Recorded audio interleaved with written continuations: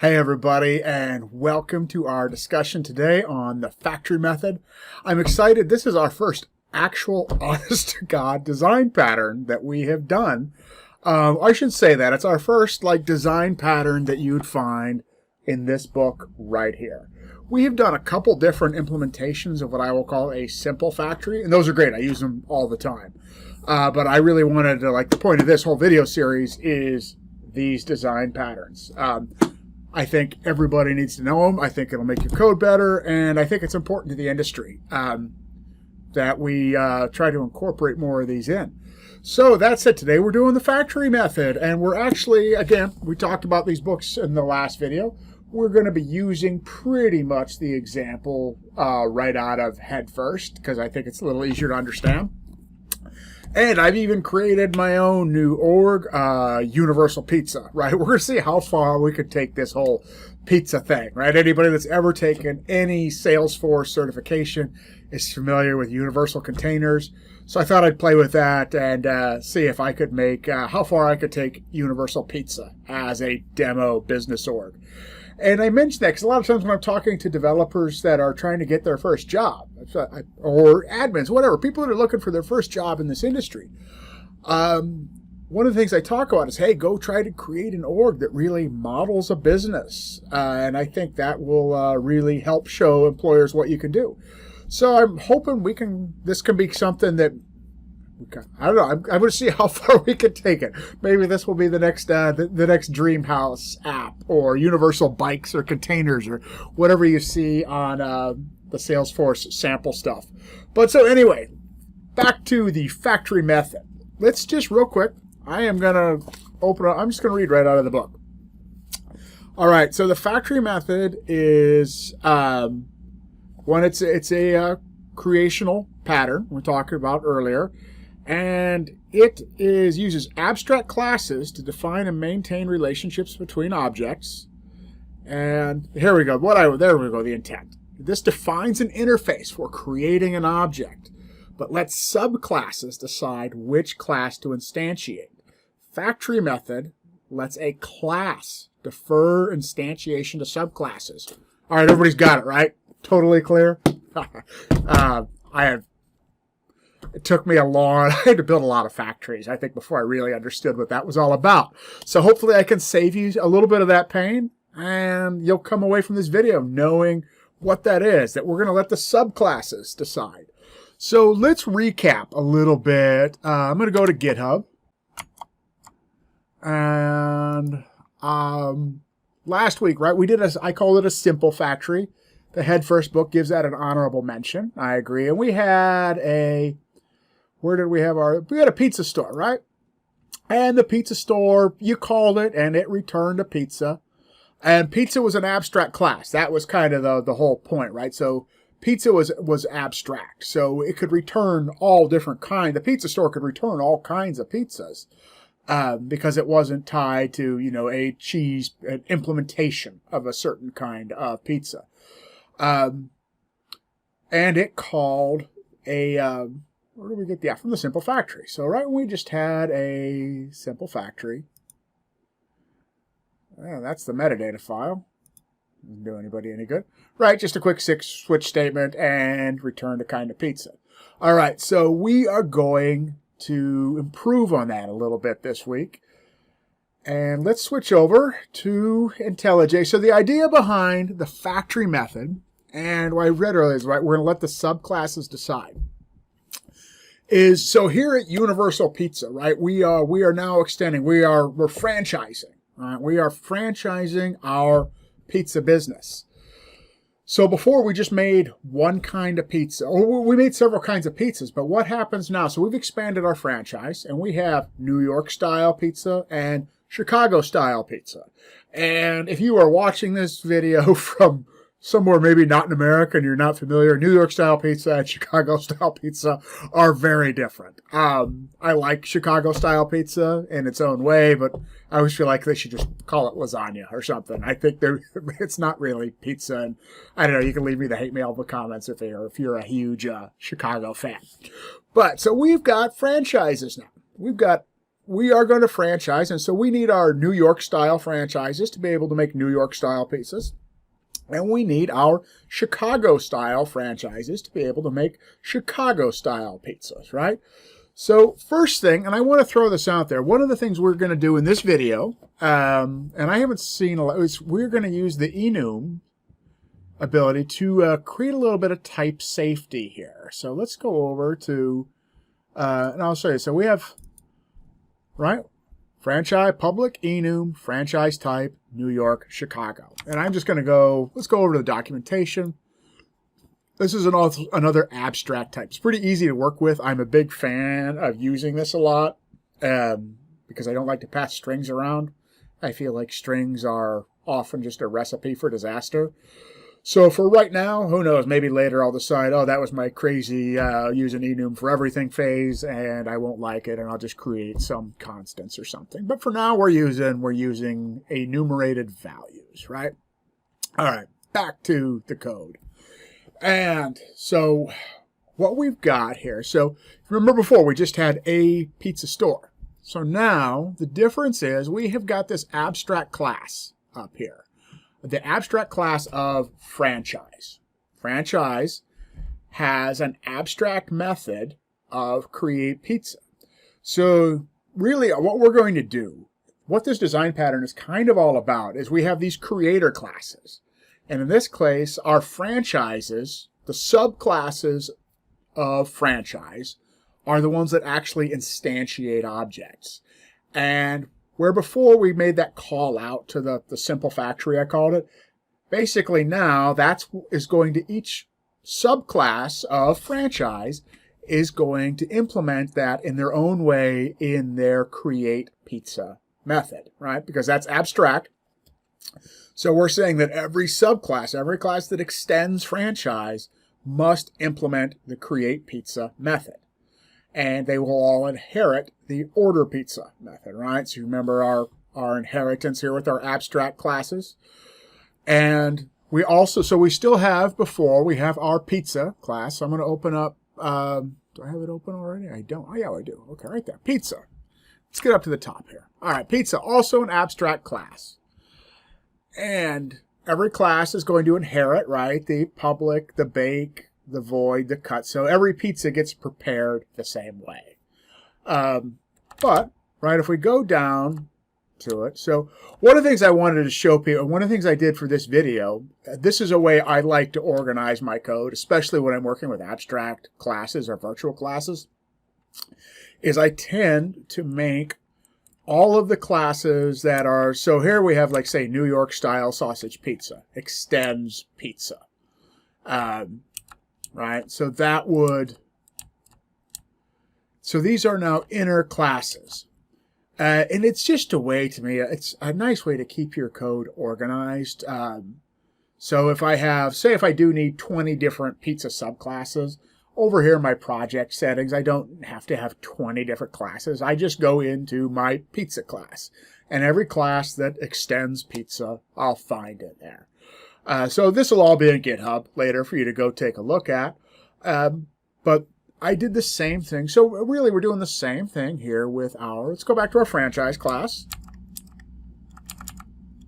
Franchise. Okay.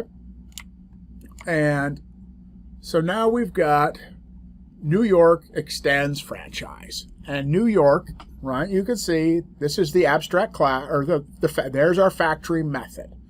So this is what it's all about. Abstract class, franchise. This is our creator class. And this is our subclass. That's actually, it's when we said it's going to defer creation to the subclasses and let the subclasses decide what to instantiate. That's what we're talking about. New York extends franchise. And we have the override. It's going to return a pizza. Takes another enum. I'll show you we created that one. Also, right, these are our enums. I'm going to get rid of, I put veggie on there, but I never actually made a veggie class because maybe it's because I would never order a veggie pizza if my life depended on it. So I'm going to get that out of there. If you want to play with this on your own, please go ahead and implement vegetarian pizzas. gluten-free, whatever I'm only going to implement stuff that I would realistically ever order, I guess, because I'm really lazy that way. Until the CEO of Universal Pizza calls down and says they really want to sell a kale and pineapple pizza, then of course I'll implement that. So where were we? We were in a franchise class, right? All right, New York extends franchise. So what we need to do so now we just have a switch statement. And, when cheese, right? Because we have these enums, it's going to return a new New York style pizza, new sausage. So it's, nothing too mind-blowing going on inside here, right? Just a switch statement. And then so if you're not used to using inner classes like that, that's the syntax, right? Return new top level class pizza dot New York style cheese pizza. I thought I had gotten that pizza out of there. Because usually when I refactored this earlier, and I probably did not. Where's my pizza class? All right, I'll change this. Usually, right, if I have, in the spirit of clean code, right, if my top class is named pizza, I don't then have New York style sausage pizza, right? I just have New York style sausage, right? Because that's already in there, right? In fact, it bugs me, so I'm going to get rid of it right now. And let's just... Where else? We're going to... All right, we're clean code in action, folks. All right? To me, that's just unnecessary. I'm going to get rid of it. Then go back to my franchise. Thank you, Illuminated Cloud. It turned them red, saying, hey, I don't know what you're talking about anymore.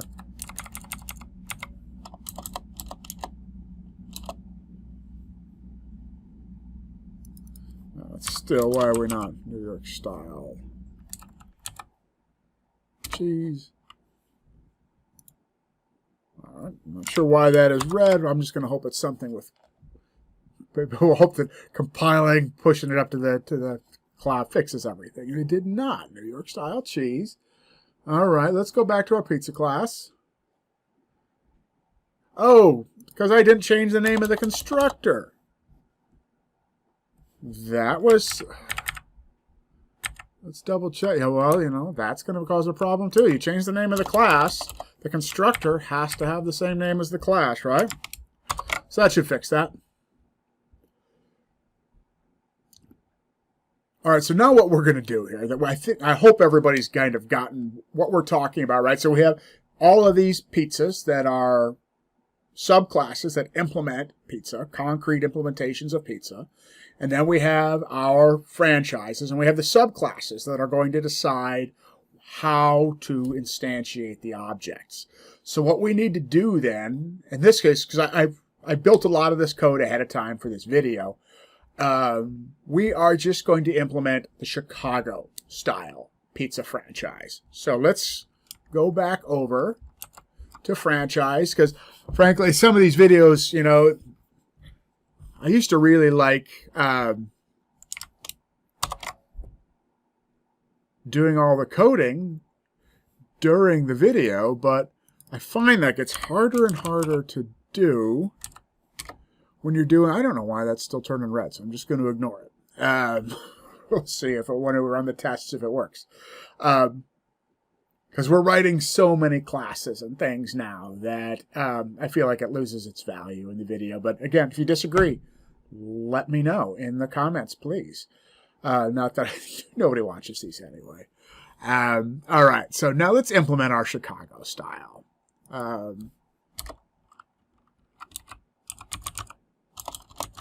Public class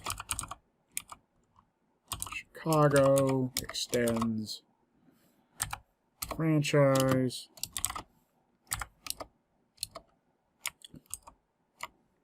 Just implement the create pizza. And we are gonna I am just gonna copy and paste. I'm gonna just copy and paste that method out. That's pretty similar. And now we'll just change it to return the appropriate style for a Chicago pizza.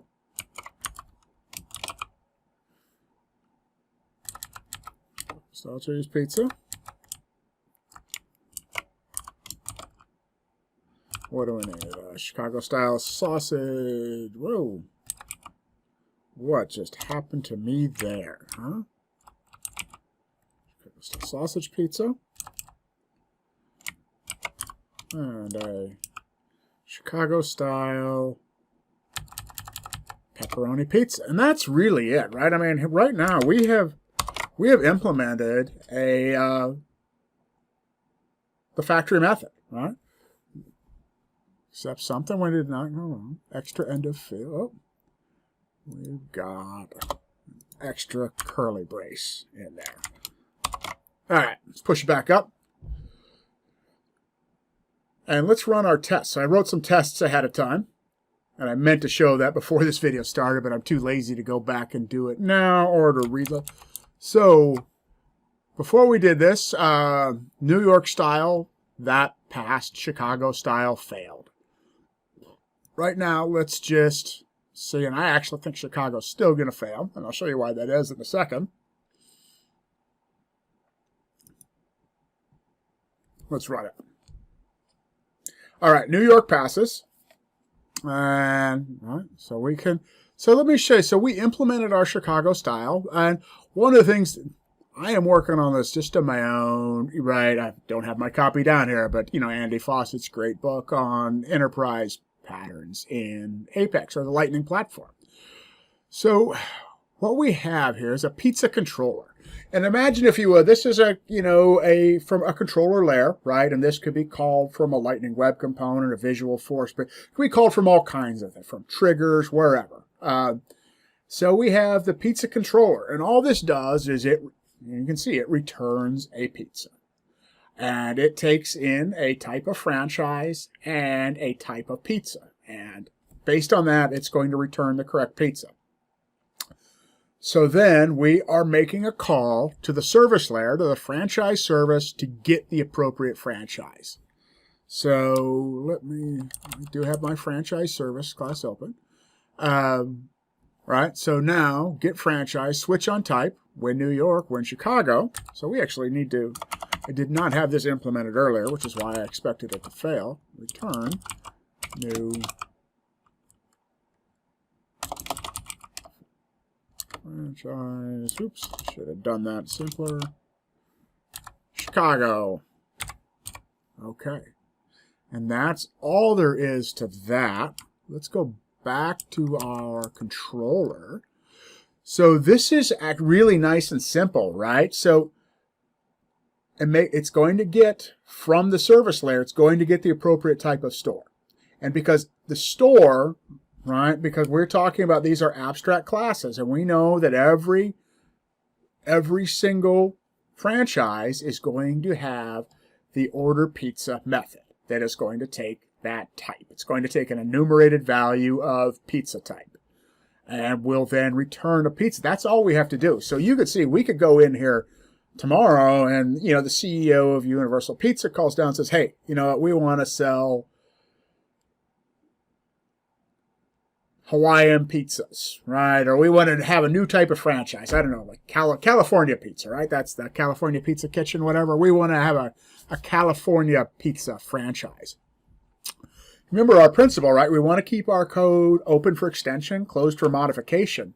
So all we really have to do, right? So let's say we need new, and maybe this is great. If you want to play with this on your own, this would be great practice, homework. We would need new pizza subclasses, right? That implement, pizza the way we would make our kale and pineapple pizza or whatever would go on that delicious pizza. So we got to create new subclasses of pizza. And then we would need to go into our franchise class. Not franchise type, that's a new. We'll go into our franchise class. And we would need to create a new, public class California extends franchise and say, hey, when, California, right, when they get cheese, what do they do? When they get sausage, what do they do, right? So we would never need to touch Chicago, we would never need to touch New York. Maybe if New York was going to sell a pizza that Chicago didn't, I don't know, the sardine and bagel pizza, right? New York wants a sardine and bagel pizza, right? So we can modify then the New York create pizza factory method, but we don't have to touch Chicago, and we wouldn't have to touch California or whatever if we made it. So it's really pretty efficient and pretty elegant, I think. I'm a big fan of the factory method. So now let's make sure we have everything wired together. Let's go back to our pizza controller. Let's make sure we have pushed everything up to our scratch org. And let's run our test and see if the Chicago style pizza test passes. We're going to go down here, rerun, see what we get. And we still failed on the Chicago style. So let's see what's up with that. Should return a, oh, you know what? I'm busted, huh? I got caught. This is why I love unit tests and assertions, right? Where is my test class?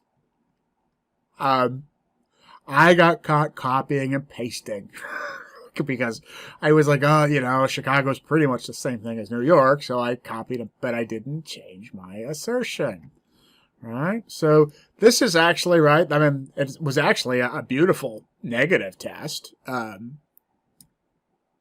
But that's why we do test-driven development, right? So I'm going to copy that. Whoa, what just happened there? I guess that did not work. So I'm just going to type it in.